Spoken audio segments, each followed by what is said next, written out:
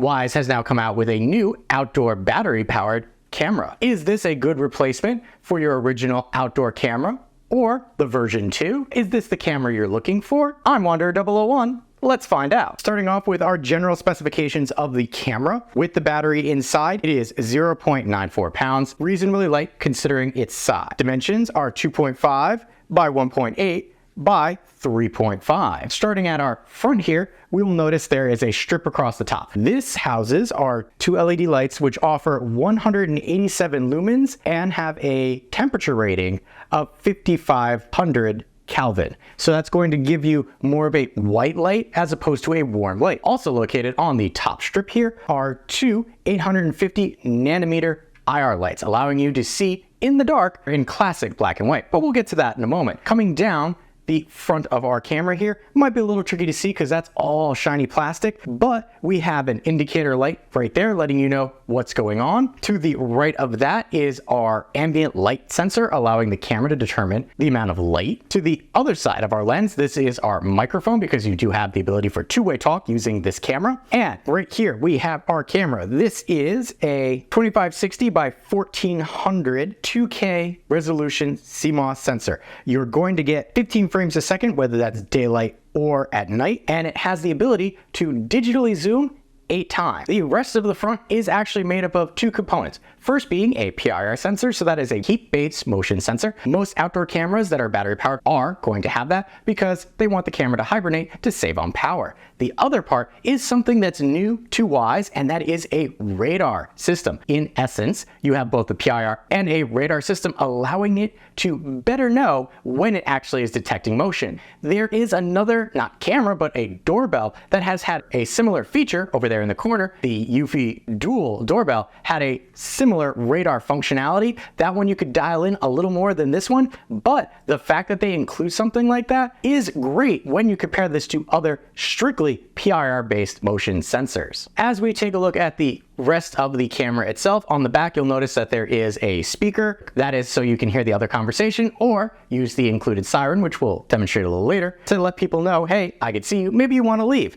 There also is a threading point right there for your mounting options for this. It's not great being on the back because that limits what you can mount this to right out of the box. The big thing that I'm going to talk about with the battery powered camera here is going to be optional add-ons or extra purchases that you can make. Pay attention to that. You get a decent amount in the box, which I'll show you. To make this really good, there's a lot of extras that you might need. However, coming down to the bottom, here we have our door. It is actually latched, so you do have to click it in order to open. There is a nice deep channel around there, which will give you somewhat of a weather seal. You have a spot for a micro SD card up to a 256 gigabyte card. You have a lock for the battery mechanism. You have your setup button right there. And I kind of like how it has this orange ring around it. This is actually a rubberized orange ring.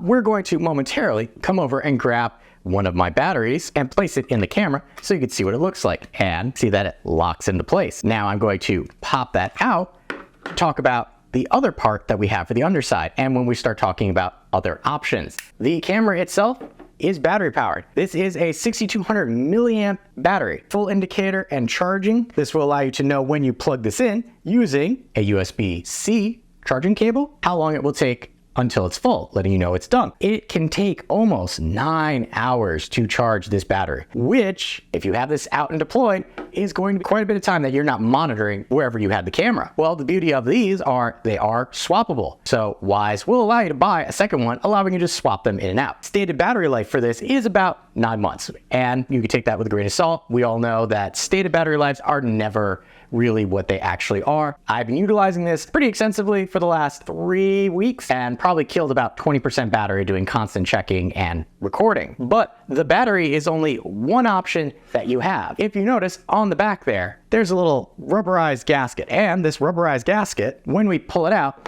allows you access to that USB-C charging port on the back of the camera. This will allow you to use Wyze's proprietary solar panel and cable to get to this. And why do I say proprietary? Well, it's partially because you could see that's a deep plug, but it's got a weird angle to it. Well, guess what? That means that you will need to have an L-shaped power cable. And Wyze has done this with another one of their cameras before, having this proprietary L-shaped cable. A proprietary cable is not the only thing that you get in the box with this, so let's take a brief moment to see what else we get with the Cam Pro here. To start, the most important thing that you get is the battery for the camera. This will not come fully charged. It's recommended that you fully charge this before you actually set up the camera. Besides the battery, we have what I'm calling the shorty mounting option, and it is not as long as some of the other mounting options from Wyze or other brands, and has a unique design in that if I spin the bottom here, this little mounting plate comes off. You would then use this to mount to the wall and then come back and spin it so that it locks into place on the bottom. This is a interesting design and not one that I've seen them do before, and it's partially because this is how you would mount it to a wall. But if you wanted something for like under your eaves, you would need to purchase a secondary or extended one of these. But because we have our mounting option there, we also have mounting hardware. So there you go, 3 screws and 3 anchors. And last but not least is the proprietary USB-A to USB-C charging cable, and it's proprietary because it has that L shape right there. If you want the solar option, you will have to make sure that you get one that has this proprietary L shape because it will not give you a watertight seal otherwise. Now that we've covered the general specifications and what we get in the box, well, this is a smart camera. That means there's going to be a setup process. So let's see the setup process. This is setup of Wyze Battery Cam Pro. First, you're going to open the Wyze app. Then you're going to select the plus sign in the upper left-hand corner. You're going to then select add device, come over to camera, and then down to Wyze Battery Cam Pro. Here we're going to begin the setup. So you're going to have us open the bottom of this. So we're going to say begin. We have to open the door and we're going to press and hold the setup button right here. Ready to connect. You heard ready to connect, and now you'll see a blinking light right there. We're going to say yes and next, and then the 2 will talk over Bluetooth. So it's searching for the device right now, and it paired the device right there. Now it's looking for a network. Here it wants, what network do we want? So it is both a 2.4 gigahertz as well as a 5 gigahertz camera. Take this aside for one moment, and I will add that to my secondary IoT network for 5 gigahertz stuff. Connecting. Alex A found it. Success. So here we have mounting tips, and you can see it's flashing because it has seen me and my filming studio. So we know it's working. So we're going to take a quick look at the mounting tips. 7 feet, 20%, or 27 feet, 20 degrees, 30 feet of distance, avoid glare. So protect from direct sunlight, avoid blowing trees. Next here, if we skip that, we would have been brought right here. We're going to give this a name. I'm going to use one of their predetermined ones and then select finish. And we're going to roll that to the side because we don't necessarily want that picking us up just yet. So here we have Cam Plus. We can do basic, which is nothing, pretty much event image capture, motion alerts, and then 14-day free trial of Cam Plus. So if you get this, you have the option for that. I'm going to say no because I want to test it and see what it's like without Cam Plus, and then I'll put my Cam Plus subscription on there to see what testing is like. And your Wyze Cam is on basic. We're going to select confirm. This is new to the setup process, which is create or edit device grouping or share right from here. We're going to say skip because we don't want to do that. And I'm going to hit finish. And there we go. Camera's done. This is new for the Battery Cam Pro. It does not start the live stream right away. You actually have to tap that to get the live stream to start. That can be changed, but by default, that is the functionality. And there we'll make this a little more oriented. But that was the setup process for the Wyze Battery Cam Pro. So the setup process, when it works well. However, if you note my video over there, which you might have seen before finding this one, this launched with actually a very critical flaw that prevented Pixel owners from using that simplified setup process to actually being able to set it up. I contacted customer support, found out it was an issue. I was told that there was no ETA on a fix. However, the next day they had a fix. What I want to say, I did not contact their technical support right away. So it did take them a little bit of time to come out with that fix. Don't know why it wasn't caught and tested, but just an FYI. We talked a little bit about the weatherproofing that nub has down there to help keep water out. The Wyze Battery Cam Pro is IP65 weather rated, and I can say I have left this out in a deluge that we've been having over the last couple of days here, and it has worked perfectly fine. The only thing is water droplets will get onto the lens because there's really no lip around that to kind of help cascade water around it. The Battery Cam Pro has something that no other Wyze camera has done before, and that is to support the 5 gigahertz Wi-Fi spectrum. So to utilize that 2K video that you're going to have from this, you now have the ability to connect this to 5 gigahertz, which is great. Just keep in mind, that means shorter range than you would have with the 2.4 gigahertz. I tested this on my 5 gigahertz network at a closer range to my house than I normally do my testing, and stability, connection, video all worked flawlessly. One other thing that Wyze has done for a first time with this particular camera is supporting if this then that, IFTTT. Why this is the first camera that Wyze has introduced that supports that, I'm not entirely sure. If you have a Google Home or Alex A device, Battery Cam Pro supports both of those. Hardware is all well and good, but an application can make or break a good camera. Let's take a look at what the application looks like for this camera. This is the application for the Wyze Battery Cam Pro. Here you can see it up at the top. Right there, it shows you the title, a little thumbnail, battery power indicator, and an on-off switch. I can turn the camera on and off right from here. We're going to select the camera simply by tapping on it. And you'll notice that when we first launch it, if we have Cam Plus, it's going to let us know up here at the top of the page. In my case, I have done both Cam Plus and not while testing, but it tells us the name of it as well. Here we can see the live stream does not actually start up right away. That is to help preserve the battery of the camera. So while we're talking, you'll notice that some of these icons are actually grayed out, and that's because we can't access them until we press the button in the middle to start the live stream of the camera. In real time, this is starting up, and as I'm talking, there we go. This is currently on my 5 gigahertz network. You'll notice that right there, it says it's live. It has 2K, shows you the battery percentage there. There is the Wyze logo, and just above that is the indicator for the spotlight. If I tap on that, it will fill in the light, letting you know that it has turned it on, but since I'm doing this in the middle of the day, it's difficult to see that. Tapping again, we have a microphone mute button, as well as a audio mute button. Coming down here, we can see we have take a photo. If I do that, it simply takes a snapshot of what it's seeing. Recording, if I select that, well, you see right there, upper right-hand corner, it is recording a video. I stop that, and they're all being saved to the albums area right there, which we're getting to. We have a siren, so if I select that, boop, boop, it's sending off a siren. Sounds like this. And then it will sound for 30 seconds unless you stop it. Our album, selecting that, well, that is where your saved things goes. Here are my videos that I saved. Here's one that I did before. Here's one that I just did. Here we have our photos. That's the one that I did. I can tap on any of these, and down at the bottom, I can share it or I can delete it. Or if there's multiples, I can select the edit button, which will allow me to toggle which ones I would want. So this would be better in video. So I come to edit. Notice there's a little bullet next to one. I can select them both. I can select one, and then I can either share or delete the selected, and that's all under our albums. Notice our live stream has come back up. We're going to scroll over again. That is our turn off button. So if we wanted to turn off the camera, again, preventing it from being accessed, either having motion detection or you visibly looking through it. That's how we would do that. If you don't happen to see this scrolling menu, that might be because your menu is hidden and you simply select show menu. Coming back to the camera feed here, if we double tap, notice that it does a zoom in where it pushes to the just about maximum where it can do, and it takes up your entire screen. To get yourself out of this, you have to simply double tap. I don't particularly care for this zoom feature that Wyze has instituted. I would rather tap tap and then have to tap tap again, but you could see just how clear that 2K video is. I mean, this is really clear. You could see individual leaves there, blades of grass, plants. Coming down, we have filters. Filters is how we can go through the clips. And this is the new Wyze clipping reel. I don't particularly care for it, but that's just my opinion. If I select the filter, it will allow me to select, hey, just show me motion, person, pet, package, or vehicle. Now keep in mind that everything in purple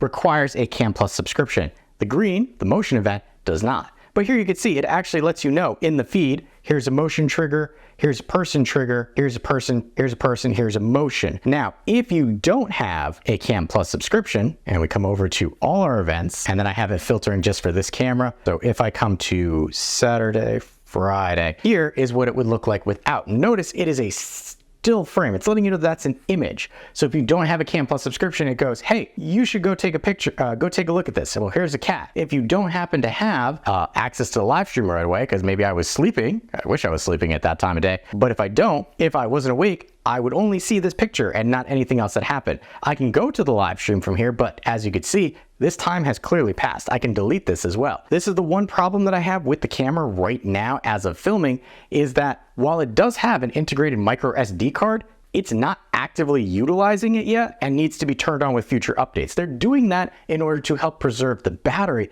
but I don't particularly care for that because, well, if you ship it with an SD card slot and I could put an SD card in there, you should allow me to use that and I get to choose whether I want to preserve the battery or not. Coming down, another thing that right now could be improved is here, if I come down to a motion detected event for a person. Well, this is me. I went out there to go water some plants and I made sure to make a lot of movements so that it would keep track of me and record, because I have this set to do over a minute of recording, and it really only grabbed 16 seconds of me and then decided, no, that's not moving enough anymore. I'm done. And here you can see the progression. One of the things that I do like that Wyze kept is once we load up another event, here we see the little robot, it has speed this up. So I can speed that up to 4 times as fast to see it really going. From here, if I ever wanted to download one of these clips after opening it up, simply select download to download to your albums, share to share from here, delete, which will delete it from your album, and then give feedback. And then from here, I can select go back to live.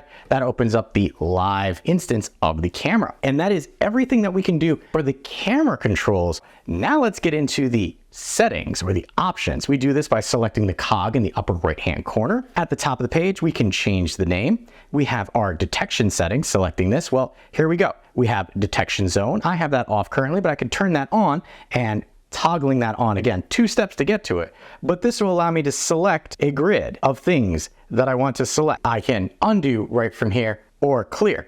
Notice I actually went back a screen and didn't open up the live feed of the camera. And notice I don't see anything in the grid. So if I cancel and come back, we're gonna go all the way back to turn on the camera feed and then come back to our detections and do the zone on. Notice we have a feed now. That is something that I would like to see corrected. If I come into the detection zone, it should automatically turn that on so I'm not looking at a blank page. Here we have our detection distance. This is kind of like a radar feature, allowing to really dial in how far out you want the camera to be focused. So you could bring this all the way in to 10 feet. And as you saw, I had it going all the way out to 30 feet. So it does it in 5 feet increments, allowing you to really hone in your detection, as well as how sensitive do you want the detection to be within this zone. Also, motion tagging. That is a little green box that you might have seen around myself or another moving object when I was showing you the video feed. Event recordings, this is where we start getting into some Cam Plus stuff. If detects motion is on, that's it. Everything gets detected. These smart detection features, well, these you need to have Cam Plus for. So that's person, pet, vehicle, and package. Likewise, when we come down to the record settings of the cooldown time, you do not have access to the lower cooldowns without Cam Plus. By default, if you don't have Cam Plus and you're using this camera, you will be limited to 5 minutes. Without, you can select either 30 seconds, which I find is about where I like, or all the way down to no cooldown, meaning it will fire off, fire off, fire off. Notice it gives you a warning message saying, hey, this will, make the battery life not as good as it could be. I'm aware of that. And you could select, don't show me that in the future. Likewise, our maximum video length, if you don't have Cam Plus, and this I want to see once they enable the SD card, how it's going to handle that. By default, you're limited to a 12-second clip without Cam Plus. With Cam Plus, you could see I can have this all the way up to a 5-minute clip. But you saw the detection, it really wasn't recording up to that full minute, even though I was really waving my hand and stuff. I think that needs some improvement, or enable the SD card so it will save that to the SD card. Coming down to our advanced settings, well, here we have, look right there, manage micro SD card. You can format your SD card from here, recommended if you're putting it in for the first time, and then it'll show you how much is actually left. At the bottom there, you saw an inject option. Night vision mode, we have auto on and off. Auto will turn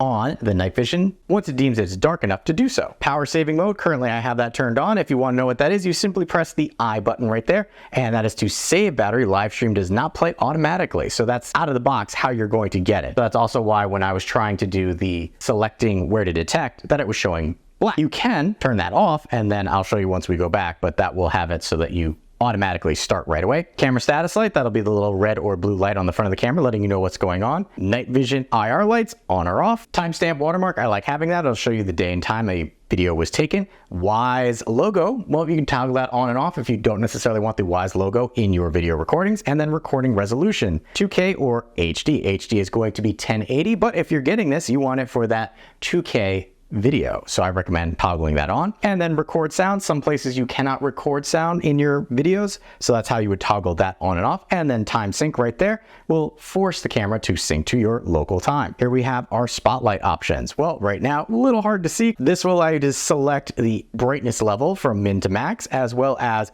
motion. What does that mean? Well, if I select that, light will turn on only when it's dark enough and automatically turn off after motion stops. So that's if you want to use the LED to brighten up whatever you're looking at and not rely strictly on the IR lights. Rules will allow you to set up start times, end times. Don't record things during these. After rules, we have sharing. This will allow you to share the device with somebody. Select new user. Keep in mind, you will put in their email address, which means they need to have their own Wyze account in order to have access to your device. Device info, lots of sensitive information in there. Not going to show you that. Just know this is where you would go to see the signal strength or how well it's connected to your Wi-Fi, as well as if you wanted to update the firmware. That is where you would go. Wyze support, well, it's there. I have mixed feelings about Wyze support these days, but that's how you initiate your Wyze support. Right down here, we have the restart the camera. If you ever need to force the restart of the device, that's how you do so. And then delete device if you want to remove it completely from your Wyze account. And that has been everything that we can do for the Wyze Battery Cam Pro using the Wyze app. As you saw, lots of customization that you can do for the camera.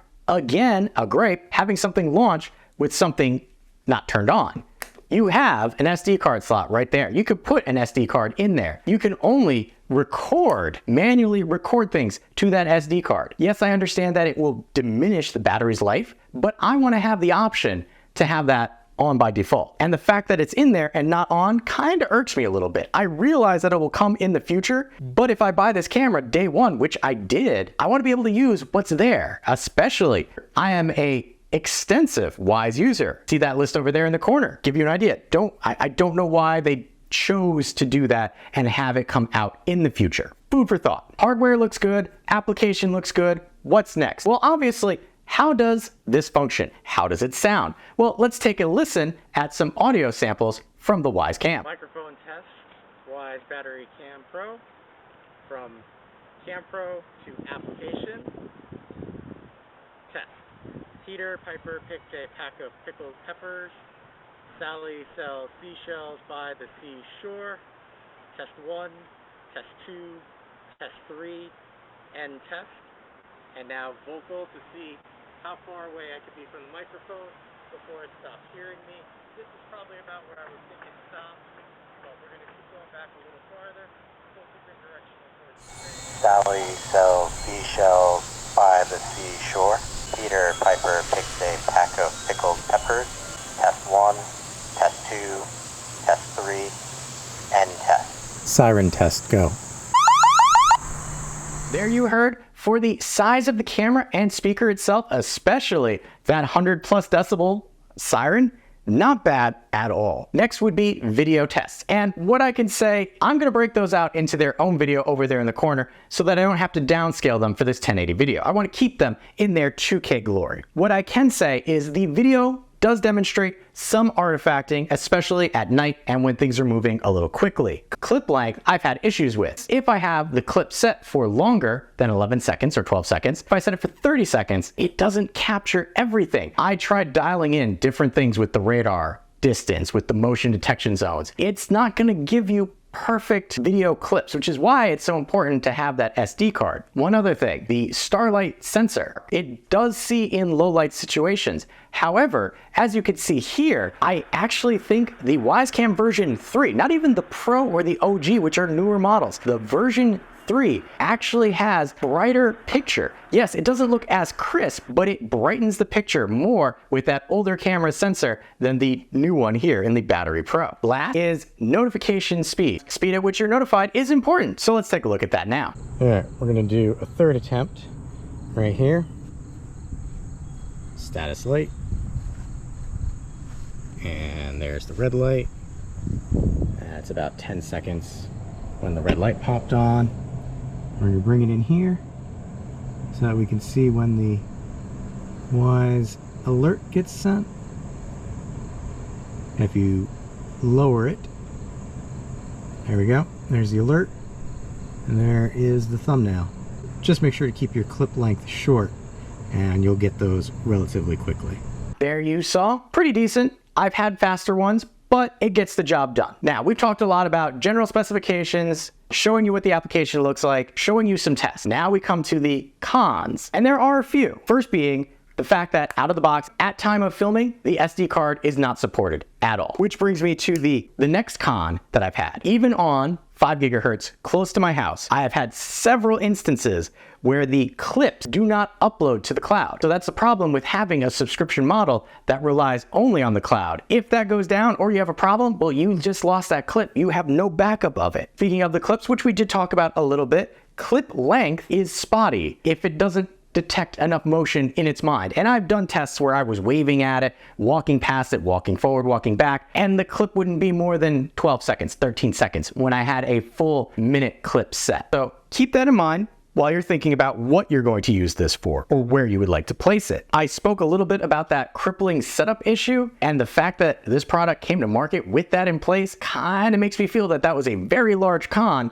Especially if you looked at the Amazon page right when this came out, it had like 2 stars at most. Most people were dinging it pretty much on the issue that I was having, but Wyze didn't disclose that, so everybody was getting frustrated, and if you didn't take the time to go through support like I did, you wouldn't know what the issue was. And I will say, when I contact support, they have no idea who I am. I am not on their preferred list and don't get these for free for review. So I'm acting just as a regular customer, just like you would have. The fact that the camera is slow to load could be a con for some people, depending on where this is and what you're using it for. If you know that it's going to take a little time to open up on you, then that's good. You know what you're getting. But if you need this fast, speedy opening, you're not going to get that with this camera. Another thing with those notifications, if you have the clip length set for a longer period of time, so if you have it set for 1 minute, you're not going to get a notification until that clip finishes, and then it will send you a notification. I think that that can be fixed in firmware in the future and really hope that they do. But just know, if you want a longer clip, you're not going to get a notification right away. I talked about the starlight sensor not being as good as the version 3, but just keep in mind, it still has a starlight sensor and is pretty good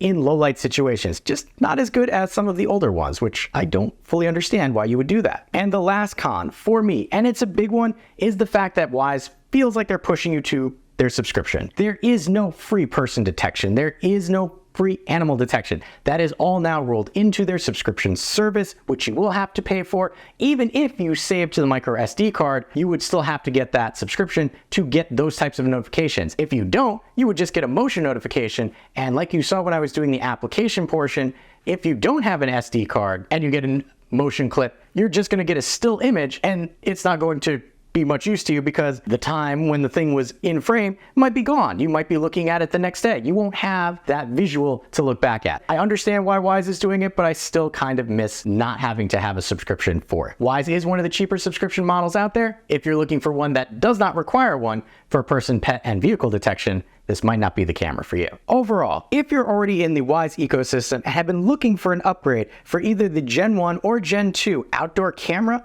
this might be what you're looking for, despite the cons that I was mentioning. As long as you're aware of the limitations and what the camera can do, it is still a solid camera from Wyze, even though it's a little pricier than some of its past offerings. One of the big differences between this camera and the Gen 1 and Gen 2 for the outdoor is, guess what? This does not have a base station. It talks directly to your network. That's both a plus and a minus in my experience. It's up to you if that is a negative or a positive. If you appreciate the time and effort that goes into making an in-depth review like this, hit that like button to help other people find this video as well. If you like what I'm doing here, hit that subscribe button so you can be notified of my next review. Interested in help fueling the next review? Or maybe purchasing the Wyze Battery Cam Pro? Links will be in the description. With that being said, I have been Wanderer 001. If you're still not sure if the Wyze Battery Cam Pro is the right camera for you, YouTube thinks one of these videos will help with your decision.